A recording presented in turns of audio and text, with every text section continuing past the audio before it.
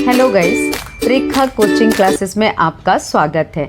आज हम पढ़ने वाले हैं जैव प्रक्रम के प्रश्नोत्तर की श्रृंखला। तो आइए शुरू करते हैं। आज हम शुरू करेंगे जैव प्रक्रम। तो सबसे पहले हम ये जान लें कि जैव प्रक्रम है क्या, फिर उसके प्रश्नोत्तर को जानेंगे। तो याद रखिए, वे सभी प्रक्रम जो संयुक्त रूप से जीव के अनुरक्षण का कार्य करते हैं। अनुरक्षण का अर्थ होता है रक्षा करने का, वृद्धि करने का, विकास करने का, यानी सारी जो सुचारू रूप से क्रियाएं जो चल रही हैं, शरीर के अंदर जो चल रही हैं, शरीर के बाहर चल रही हैं, वो क्रियाओं का अनुरक्षण करना ही क्या कहलाता है? जैव प्रक्रम। जैव यानी जीवों में, प्रक्रम का अर्थ होता है प्रोसेस। तो जो क्रियाएं हमारे मानव शरीर में सुचारू रूप से चलती हैं तो वह कहलाता है जैव प्रक्रम। यही जैव प्रक्रम कई प्रकार से बटा होगा, जिसके बारे में हम अध्ययन करेंगे। तो आइए शुरू करते हैं आज का पहला प्रश्न।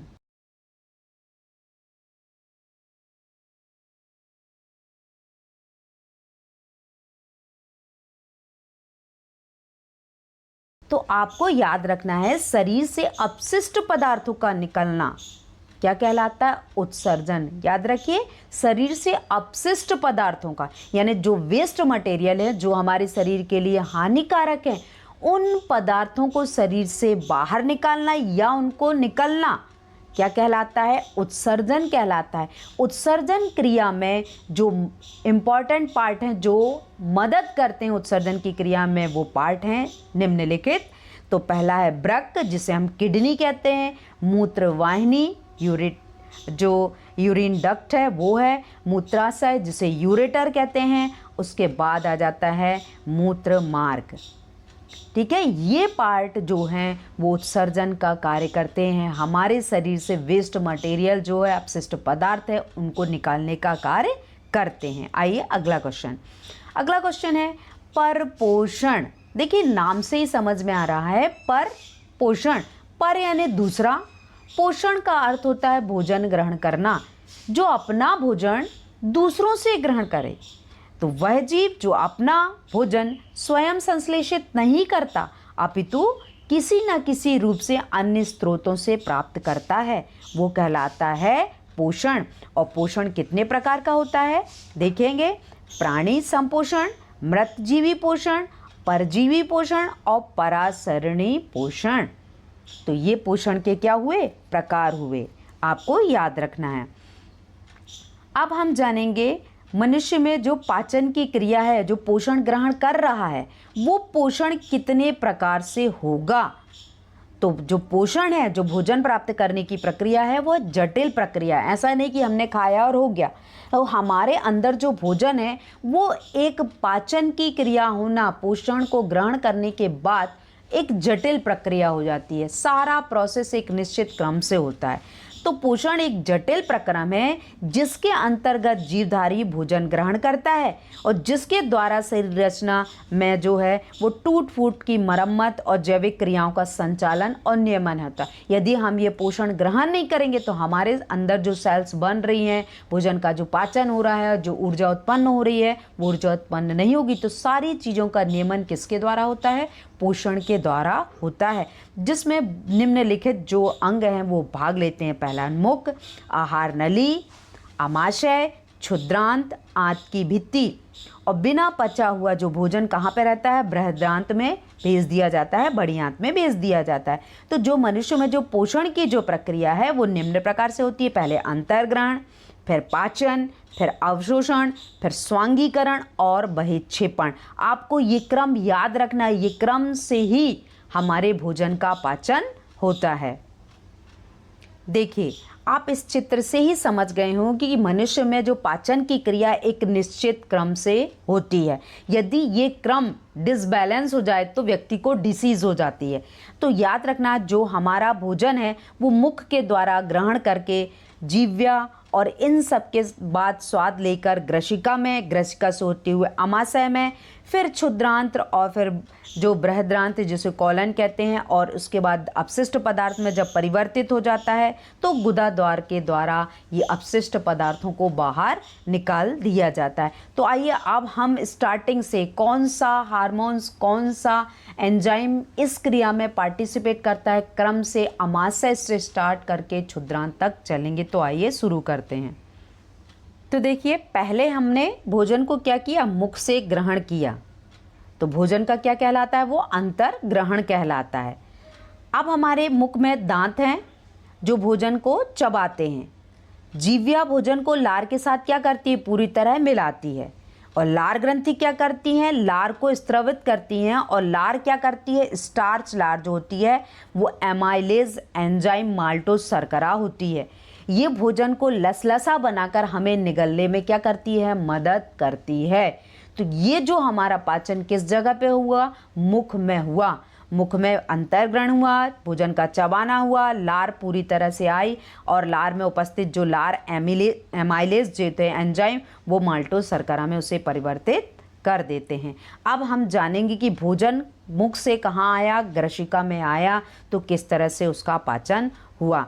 तो आप देखिए, भोजन जो है जब ग्रशिका में आता है तो मुंह से अमाशय तक भोजन ग्रशिका की क्रमानुकुंचन गति द्वारा ले जाया जाता है। क्रमानुकुंचन गति का अर्थ होता है धीरे से भोजन का सरक कर अमाशय में पहुंचना। क्रमानुकुंचन, तो क्योंकि जो क्रमानुकुंचन की प्रोसेस के द्वारा धीरे धीरे धीरे भोजन सरकता हुआ कहाँ पे आ जाता है, ग्रशिका से होते हुए अमाशय में आ जाता है। तो अब हम जानेंगे अमाशय में होने वाली पाचन की क्रिया को। अब देखिए, अमाशय में भोजन किस तरह से पाचित हो रहा है, इसे अलग से भी जानेंगे कि अमाशय में पाई जाने वाली ग्रंथियां। तो आप यदि यहाँ तैयार कर लेते तो आप वहाँ पे भी क्वेश्चन में रिप्लाई कर पाएंगे।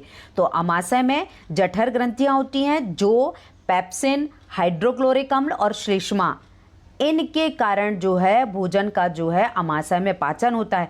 पेप्सिन जो होता है वो पाचक एंजाइम है जो प्रोटीन का पाचन करता है। आपको याद रखना है, प्रोटीन का पाचन पेप्सिन करता है, ये अच्छी तरह से याद रखिए।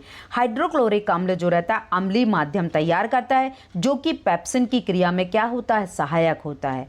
और अगला आ जाता है श्लेष्मा जो होती है, अमाशय के आंतरिक स्तर को अम्ल से रक्षा करने का कार्य कौन करता है, श्लेष्मा। श्लेष्मा एक स्तर है, चारों तरफ जो आवरण है वो पाया जाता है जो अमाशय के आंतरिक स्तर की अम्ल से क्या करता है, रक्षा। अम्ल बहुत तेज होता है तो अम्ल से रक्षा करने का कार्य करने वाला भी तो कोई होना चाहिए। तो अम्ल से जो रक्षा करने का कार्य को करती हैं वो हमारी श्लेष्मा स्तर होती हैं। तो आप याद रखिए, पेप्सिन, हाइड्रोक्लोरिक अम्ल और श्लेष्मा स्तर पाया जाता है जठर ग्रंथियों में। तो जो पेप्सिन है वो पाचक जो एंजाइम है प्रोटीन का पाचन करता है, अम्लीय माध्यम तैयार करने का काम हाइड्रोक्लोरिक अम्ल करता है, और अम्लीय माध्यम से बचाने के लिए जो कार्य करता है वो होता है श्लेष्मा स्तर। अब आइए हम जानेंगे क्षुद्रांत में क्या पाचन की क्रिया होती है। जो क्षुद्रांत है, जो आंतरस है, वहाँ पे कार्बोहाइड्रेट, ग्लूकोज, वसा, ग्लिसरॉल, इन सारे प्रोटीन अम्ल, इनका पाचन होता है। तो आप याद रखिए, इसके बाद जो यकृत तथा अग्नाशय से जो आया हुआ जो रस है, अग्नाशयी रस होता है, वो भोजन के पाचन में सहायक होता है। यकृत से आया पित्त रस पित्त लवण में बदल देता है। इसमें वसा जो है वो वसी छोटे छोटे कणों में बदल जाता है। तो वसा का पाचन पित्त लवण की उपस्थिति से में होता है, जिस प्रक्रिया को हम इमल्सीकरण कहते हैं। तो आपको ये याद रखना है, जो वसा जो है छोटी छोटी बड़ी गोलाओं में रहता है, वो छोटी छोटी गोलिकाओं में बट जाता है, टूट जाता है, वो पित्त लवण के कारण होता है। और इस प्रकार से जो अग्नाशयी रस होता है वो अग्नाशयी amylase enzyme, trypsin enzyme, lipase enzyme को स्त्रवित करने का कार्य करता है। और याद रखिए, प्रोटीन ट्रिप्सिन की उपस्थिति में पेप्टोज में बदल जाता है, वसा लाइपेज की उपस्थिति में वसा अम्ल में, और जो स्टार्च है वो एमेलाइज जो एंजाइम है उसको ग्लूकोज में बदल देता है। अगले आ जाती हैं दीर्घ रोम आती हैं जो क्या करती हैं, इसके अवशोषण की सतह को बढ़ा देती हैं, जिससे भोजन में उपस्थित जो ऊर्जा है वो उसका अवशोषण हो जाता है, वेस्ट मटेरियल दूसरे पार्ट जो है क्षुद्रांत में चला जाता है।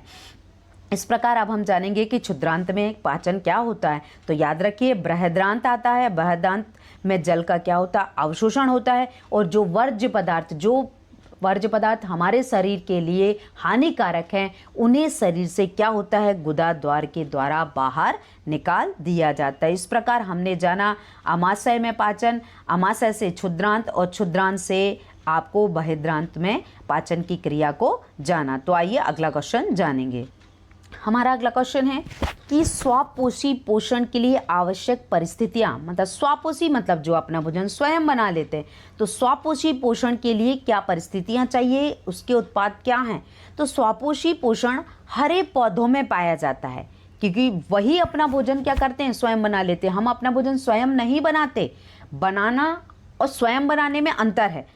तो स्वापोषी पोषण हरे पौधों में पाया जाता है जो कि अपना भोजन स्वयं तैयार करते हैं। स्वपोषी पोषण के लिए प्रकाश संश्लेषण आवश्यक है। वेरी इंपॉर्टेंट, आपको ये याद रखना है। स्वपोषी पोषण प्रकाश संश्लेषण की क्रिया कहलाती है, जिसमें देखिए हरे पौधे सूर्य के प्रकाश की उपस्थिति में क्लोरोफिल नामक वर्णक से CO2, याद रखिए CO2 होगा, और जल द्वारा कार्बोहाइड्रेट का निर्माण करते हैं। इस क्रिया में ऑक्सीजन गैस बाहर निकलती है। तो ये प्रक्रिया कहलाती है स्वपोषी पोषण। अब आप देखिए कि किस तरह से स्वपोषी पोषण की प्रक्रिया हो रही है। पौधे क्या कर रहे हैं, सूर्य के प्रकाश से कार्बन डाइऑक्साइड यानी CO2 और जल को ग्रहण करते हैं और C6H12O6 मतलब कार्बोहाइड्रेट स्टार्च बनाने का कार्य कर रहे हैं। आप चित्र के माध्यम से बहुत अच्छे से समझ सकते हैं कि ये प्रक्रिया ही क्या कहला रही है, फोटोसिंथेसिस, जिसे हम प्रकाश संश्लेषण कहते हैं। तो पौधे सूर्य के प्रकाश की उपस्थिति में क्लोरोफिल की सहायता से कार्बन डाइऑक्साइड और जल से क्रिया करके कार्बोहाइड्रेट का निर्माण करते हैं, जिसमें ऑक्सीजन भी निर्मित होता है। यही प्रक्रिया कहलाती है प्रकाश संश्लेषण। तो आपको याद रखना चित्र सहित। अगला इंपॉर्टेंट क्वेश्चन आता है 3 मार्क्स 2 मार्क्स में, श्वसन क्या है। देखिए सांस लेने की क्रिया श्वसन, पर उसे अच्छे से तरीके से बताना है। शरीर के बाहर से ऑक्सीजन को ग्रहण करना तथा कोशिकीय आवश्यकता के अनुसार खाद्य स्रोतों के विघटन में उपयोग, मतलब हमने जो ऑक्सीजन ग्रहण की तो वो ऑक्सीजन के ग्रहण करने से हमारे जो भोज्य पदार्थ हैं वो छोटे छोटे कणों में क्या हो जाते हैं, विभक्त हो जाते हैं, टूट जाते हैं, तो उनका विघटन होता है। तो वो प्रक्रिया कहलाती है श्वसन। ये प्रक्रिया निम्न समीकरण के द्वारा व्यक्त की जाती है, जैसे C6H12O6 होगा। बच्चों वो O6 नहीं लिख पाया है, आप याद रखिए C6H12O6 है। अब इस दौरान अब ये C6H12O6 क्या करता है, ऑक्सीजन को ग्रहण करता है और कार्बन डाइऑक्साइड, जल और इतनी ऊर्जा 673 किलो कैलोरी ऊर्जा उत्पन्न होती है। तो याद रखिए श्वसन के दौरान ये ऊर्जा उत्पन्न होती है, क्योंकि यही ऊर्जा हमारे शरीर में सारे कार्य करने के लिए आवश्यक होगी, जो ATP के रूप में होती है, ADP के रूप में होती है। तो आपको ये याद रखना है, कार्बन डाइऑक्साइड बनता है, जल बनता है और ऊर्जा बनती है श्वसन क्रिया के दौरान।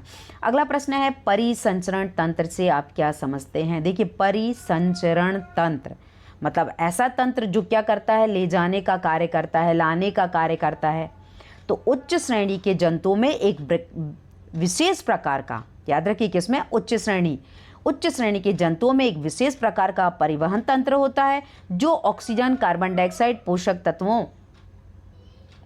पोषक तत्व और उनके जो हार्मोन्स हैं, उत्सर्जी पदार्थ और अन्य उपापचयी क्रियाओं के फलस्वरूप उत्पन्न विभिन्न पदार्थों को शरीर के एक भाग से दूसरे भाग को क्या कर रहे हैं, ले जाने का कार्य करते हैं। तो वही ले जाने की जो प्रक्रिया है, तो आपको याद रखना है कि CO2, O2 एवं भोज्य पदार्थ और हार्मोन्स को लाना और ले जाना क्या कहलाता है, परिसंचरण तंत्र।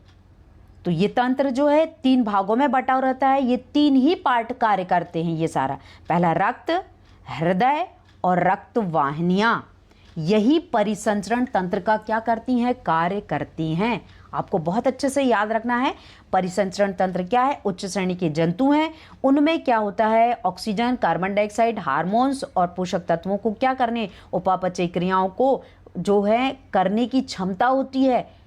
तो वही क्षमता क्या कहलाती है, परिसंचरण तंत्र, जिसमें कार्य करते हैं रक्त, हृदय और रक्त वाहिनियां। अगला आ जाता है, अब जो हमारे शरीर के अंदर क्या है, उत्सर्जी पदार्थ बने वो शरीर से बाहर निकाले जाएंगे, तो वो प्रक्रिया क्या कहलाएगी, उत्सर्जन। तो आइए जानेंगे उत्सर्जन क्या है और इसके अंग। तो जीवों के शरीर से उपापचयी क्रियाओं के फलस्वरूप उत्पन्न अपशिष्ट पदार्थों को शरीर से बाहर निकालने की जो क्रिया है वो क्या कहला रही है, उत्सर्जन कहला रही है। इसमें दो अंग मुख्य रूप से कार्य करते हैं, तो हम वो अंग जानेंगे और उसके कार्य। तो पहला है वृक्क, जिसको हम इंग्लिश में किडनी कहते हैं, जो रक्त में द्रव के रूप में अपशिष्ट पदार्थों को मूत्र के रूप में शरीर से क्या करती है, बाहर निकालने का कार्य करती है। वेरी इंपॉर्टेंट है। यदि ये वृक्क किडनी हमारा कार्य जो है यूरिन को निकालने का ना करे तो हमारे शरीर के अंदर बहुत सारी डिसीज हो जाएंगी और हमारे शरीर में बहुत सारे विकार उत्पन्न हो जाएंगे। देखिए, हम जानेंगे मानव तंत्र, जो उत्सर्जन तंत्र है उसमें कितने पार्ट हैं। पहला तो एक किडनी हुआ, एक जोड़ा मूत्रवाहिनी हुई और एक मूत्राशय हुआ जिसे हम ब्लैडर कहते हैं, और एक होता है मूत्र मार्ग जिसे हम यूरिथ्रा कहते हैं। तो इस प्रकार याद रखिए मानव का जो उत्सर्जन तंत्र है वो किस तरह से कार्य करता है। आगे अब हम देखेंगे कि देखिए ये जो हमारा वृक्क है, जो वृक्क तंत्र है, उत्सर्जन तंत्र किस तरह से कार्य करता है। दायां वक्र, बायां वक्र, और बीच में जो है महाधमनी, बाईं मूत्रवाहिनी है, बीच की ओर जो दिख रही हैं वो महाशिरा हैं, और नीचे की ओर जो दिख रहा है वो मूत्राशय, और इसके बाद मूत्र मार्ग होता है जिसे हम यूरिथ्रा कहते हैं। तो इस तरह आपने जाना कि हमारा उत्सर्जन तंत्र किस तरह से कार्य करता है। अब आ जाता है हमारा अगला पार्ट, फेफड़ा, जो भी उत्सर्जन का कार्य कर रहा है, जिसे हम लंग्स कहते हैं। जो रक्त में गैसीय अपशिष्ट पदार्थ हैं को शरीर से बाहर निकालना, जो हमारे शरीर में अपशिष्ट पदार्थों को निकालने का काम तो किडनी कर रही है, पर हमारे अंदर जो गैस बन रही है वो कौन बाहर करेगा। तो वो अपशिष्ट गैसें हैं वो शरीर से बाहर निकालने का कार्य कौन करता है, लंग्स, यानी हमारे फेफड़े। ये जो अपशिष्ट गैसें हैं वो उस गैसों को बाहर निकालने का कार्य लंग्स करता है। तो आप चित्र के माध्यम से समझ ही रहे हैं, जो हमारे लंग्स हैं, श्वसन नलिकाएं हैं, वो क्या कर रही हैं, शरीर से अपने गैस को निकालने का कार्य कर रही हैं। यदि हमारे शरीर के अंदर गैस अगर रहती है तो हमारे शरीर में बेचैनी और बहुत अजीब सी घबराहट रहती है, तो वो गैस को शरीर से बाहर निकालना बहुत ही आवश्यक होता है। अगला क्वेश्चन है वेरी इंपॉर्टेंट, वाष्पोत्सर्जन की क्रिया का पौधों के लिए क्या महत्व है। यानी वाष्पोत्सर्जन, पौधों ने पानी तो ग्रहण किया, अब वो बाहर ना निकालें तो क्या होगा, क्यों महत्व है वो। तो वाष्पोत्सर्जन की क्रिया पौधों के लिए बहुत ही महत्वपूर्ण है। पहला है, यह पौधों के मूल रूम द्वारा खनिज लवणों के अवशोषण एवं जल से पत्तियों तक उनके परिवहन में सहायक होता है। यानी जो जल है वो एक स्थान से दूसरे स्थान तक जा रहा है, किस क्रिया के द्वारा, वाष्पोत्सर्जन की क्रिया द्वारा। अगला है, यह पौधों में तापक्रम संतुलन बनाए रखता है। यानी वाष्पोत्सर्जन क्या बनाए रखा है, तापक्रम का संतुलन है वो बनाए रखता है। अगला है, वाष्पोत्सर्जन के कारण ही पौधों की जड़ों से जल, मतलब स्टार्टिंग, मतलब चोटी का अर्थ होता है ऊपर जो है वहाँ तक, चोटी तक जल की निश्चित धारा बनी रहती है। यानी पानी जो है वो वाष्पोत्सर्जन क्रिया के द्वारा नीचे से ऊपर की ओर प्रवाहित होता रहता है। अगला है, दिन में रंध्रों के खुले रहने पर वाष्पोत्सर्जन जो है क्रिया है वो जाइलम में जल की गति के लिए मुख्य प्रेरक बल का कार्य करती है। यानी जल को ले जाने का कार्य करता कौन है, जाइलम। आप ये याद रखना, तो जल के पहुंचाने का कार्य जाइलम कर रहा है। अब देखिए, हम चित्र के माध्यम से जान सकते हैं कि पौधों में वाष्पोत्सर्जन की क्रिया किस तरह से हो रही है। तो आप चित्र के माध्यम से समझ ही गए हैं कि पौधों में छोटे छोटे जो पत्तियां होती हैं उनमें छोटे छोटे छिद्र पाए जाते हैं जिसे हम रंध्र कहते हैं। ये रंध्र ही क्या करते हैं, वाष्पोत्सर्जन की क्रिया का कार्य करते हैं, क्योंकि ये बहुत ही आवश्यक क्रिया है। तो ये चित्र के माध्यम से आपने जाना कि पौधों में किस तरह से वाष्पोत्सर्जन की क्रिया हो रही है। अब अगला क्वेश्चन है वाष्पोत्सर्जन की परिभाषा। तो अब हम परिभाषा देंगे कि द्रव का कमरे के ताप या द्रव के क्वथनांक के नीचे के ताप पर वाष्प बनकर धीरे धीरे वायुमंडल में जाना। अभी आपने चित्र के माध्यम से देखा कि वेपर जो है वो धीरे धीरे पानी जो है वो क्या हो रहा है, बाहर की ओर निकल रहा है। तो बाहर की ओर जाना, वायुमंडल में जाने की प्रक्रिया क्या कहलाती है, वाष्पोत्सर्जन। अगला है क्या शाकाहारी एवं मांसाहारी जंतुओं में छोटी आंत की लंबाई में भिन्नता होती है? यदि हाँ तो क्यों? क्योंकि छोटे जीव हैं उनमें भी आंत पाई जाती है, बड़े जीव उनमें भी। तो जो शाकाहारी है और मांसाहारी हैं तो वो जंतु हैं उनमें लंबाई में भिन्नता होगी या नहीं? तो छोटी आंत की लंबाई भोजन के प्रकार पर निर्भर करती है। जो भोजन जैसा ग्रहण करेगा उसकी आंत जो होगी वो उसी प्रकार की लेंथ में होगी। तो शाकाहारी जंतुओं में छोटी आंत की लंबाई अधिक होती है। आपको याद रखना, शाकाहारी जंतुओं में जो भोजन है पाचन अधिक समय तक होता है, जिससे कि सेल्यूलोज का पाचन सही ढंग से हो सके। सेल्यूलोज के पाचन में अधिक समय लगता है और सेल्यूलोज का पाचन धीरे धीरे होता है, तो अधिक समय लगता है, इसलिए जो छोटी आंत है वो अधिक लंबी होती है, जिससे कि सेल्यूलोज का पाचन ठीक ढंग से हो सके। इसके विपरीत मांसाहारी जंतुओं में छोटी आंत की लंबाई छोटी होती है, क्योंकि जो मांसाहारी जंतु हैं वो मांस खाते हैं और उसका पाचन शीघ्रता से होता है, क्योंकि मांसाहारी भोजन का पाचन अपेक्षाकृत सरल होता है। तो आपको ये याद रखना है कि शाकाहारी जंतुओं में जो भोजन जो का पाचन है वो अधिक समय तक होता है, इसीलिए छोटी आंत की लंबाई अधिक होती है, और मांसाहारी में कैसी होती है? छोटी होती है। अगला क्वेश्चन है, मूत्र बनने की मात्रा का नियमन और मूत्र निर्माण की क्रिया क्या है? वेरी इंपॉर्टेंट, आप बहुत ध्यान से समझिएगा, आपको आराम से याद होगा, क्योंकि ये सारे क्वेश्चन बहुत ही टफ पढ़ते हैं, बच्चों को याद नहीं होते, तो आप ध्यान से समझिए, याद होगा। वृक्क में मूत्र निर्माण की प्रक्रिया जो है, वृक्क की संरचनात्मक, याद रखिए वृक्क यानी किडनी, किडनी की संरचनात्मक व क्रियात्मक इकाई जो है वो कौन है? नेफ्रॉन। और नेफ्रॉन के मुख्य भाग हैं ग्लोमेरुलस, बोमन संपुट, नलिकाकार भाग और संग्राहक नलिका या संग्राहक वाहिनी। तो ये यूरिन जो वृक्क है, किडनी के पार्ट हैं जो यूरिन बनाने में पार्टिसिपेट करते हैं। तो आप याद रखिए, वृक्क की संरचनात्मक व क्रियात्मक इकाई नेफ्रॉन होती है, जिसे हम वृक्काणु कहते हैं। आपको पेपर में पूछा जाता है कि वृक्क की संरचनात्मक एवं कार्यात्मक इकाई या क्रियात्मक इकाई कौन है? तो आपको याद रखना, नेफ्रॉन इंग्लिश में कहते हैं और वृक्काणु हिंदी में कहते हैं। और ये जो पार्ट हैं वो मूत्र के निर्माण में सहायता करते हैं। अब आप देखिए, मूत्र के जो निर्माण की प्रक्रिया है वो किस तरह से, आपने जो पार्ट जाने वो किस तरह से, वो पार्ट हैं वो किस तरह से कार्य कर रहे हैं। आप देखिए कि वृक्काणु है, उसमें मूत्र के निर्माण की प्रक्रिया चल रही है, तो वो बोमन कैप्सूल, बोमन संपुट, और इस तरह से जो आकृति है वो उसमें संग्राहक वाहिनी है। इस तरह से जो मूत्र का निर्माण इस पूरी प्रक्रिया के दौरान होता है। अब हम जानेंगे कि किस तरह से मूत्र का निर्माण हुआ। पहला है कोशिका गुच्छ। जब वृक्क धमनी की कोशिका वृक्काणु में प्रवेश करती है तो जल, लवण और ग्लूकोज, अमीनो अम्ल व नाइट्रोजनी अपशिष्ट जो है वो कोशिका गुच्छ में छानकर बोमन संपुट में आ जाता है। अब यहाँ पे क्या होगा, जो पानी हमारे लिए यूज़फुल है वो क्या होगा, उसका अवशोषण होगा।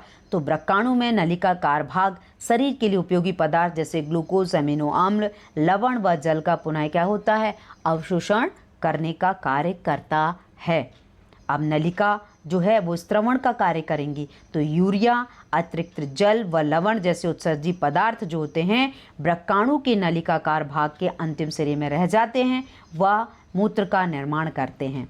वहाँ से मूत्र संग्राहक वाहिनी व मूत्र वाहिनी से होता हुआ मूत्राशय में अस्थायी रूप से संग्रहित रहता है। मतलब समय समय पे क्या होता है, ये यूरिन जो है, जो मूत्र है वो हमारे शरीर से बाहर कर दिया जाता है, इसलिए अस्थायी, तथा मूत्राशय के द्वारा जो है मूत्र मार्ग से बाहर कर दिया जाता है।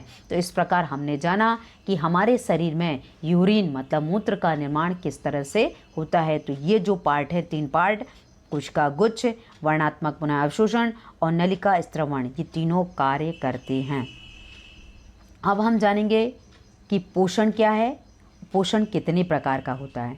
तो पोषण जो है भोजन ग्रहण करना, पचे भोजन का अवशोषण करना और उनके अनुरक्षण के लिए उपयोग होना ही क्या कहलाता है, पोषण कहलाता है। पोषण 2 प्रकार से होता है, स्वपोषी पोषण और विषम पोषी पोषण। तो स्वपोषी पोषण हमने अभी पहले ही जाना, स्वपोषी पोषण पौधे करते हैं जो अपना भोजन स्वयं बना लेते हैं, उसे स्वपोषी पोषण कहते हैं। जैसे हरे पौधे, विषमपोषी पोषण जो अपना भोजन दूसरे जीवों से प्राप्त करते हैं, अपना भोजन स्वयं नहीं बनाते, उसे हम कहते हैं विषमपोषी पोषण। जैसे मानव और अन्य जीव जो अपने पोषण के लिए दूसरे जीव पर आश्रित होते हैं, तो ये कहलाता है विषमपोषी पोषण। अगला है विषमपोषी पोषण, जो अभी हमने जाना वो कितने प्रकार का होता है। तो विषमपोषी पोषण वह प्रक्रिया है जिसके द्वारा जीव अपना भोजन किससे क्या करता है, दूसरे जीवों से प्राप्त करता है। तो वो 3 प्रकार का होता है, मृतजीवी पोषण, परजीवी पोषण और प्राणी समभोजी पोषण। तो ये कितने प्रकार का हुआ विषमपोषी, 3 प्रकार का।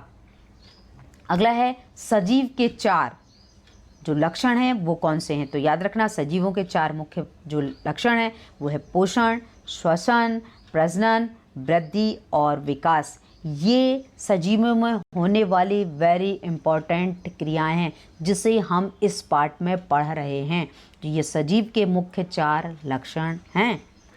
अगला प्रश्न है हमारे आमाशय में अम्ल की भूमिका। तो हमने पहले ही आमाशय में अम्ल की भूमिका को जाना, आइए फिर से रिपीट करेंगे। ये 2 मार्क्स में आता है, इसीलिए इस प्रश्न को अलग से जानना आवश्यक है। तो हमारे आमाशय में अम्ल की जो भूमिका होती है उसमें जो जीवाणु हैं, पहला है यह जीवाणु नाशक की तरह कार्य करते हैं और भोजन के साथ आने वाले बैक्टीरिया को नष्ट कर देता है जो आमाशय में आया हुआ अम्ल है, और भोजन इसके कारण शीघ्रता से नहीं पचता, यानी धीरे धीरे पचता है, क्योंकि हमारा भोजन जो है वो धीरे धीरे पचेगा तभी तो हमें ऊर्जा प्राप्त होगी। अब इसमें पाए जाने वाले जो जठर ग्रंथियां हैं वो याद रखिए क्या एंजाइम, पहला पेप्सिन, हाइड्रोक्लोरिक और श्लेष्मा जो स्तर है, ये तीनों ही कार्य करती हैं हमारे आमाशय में अम्ल की भूमिका का। तो इस प्रकार आज हमने 15 क्वेश्चन को बहुत अच्छी सारे प्रश्नोत्तर को जाना। आगे के प्रश्नोत्तर को मैं अगली श्रृंखला में अगले पार्ट में लेकर आऊँगी। सारे बच्चों आज इन प्रश्नों के उत्तर को बहुत अच्छे से नोट करिएगा। अगले वीडियोज़ में मैं क्वेश्चन 16 से आगे की प्रश्नों के उत्तर की सीरीज़ लेकर आऊँगी। आज के लिए यहीं तक। Thank you for watching my videos.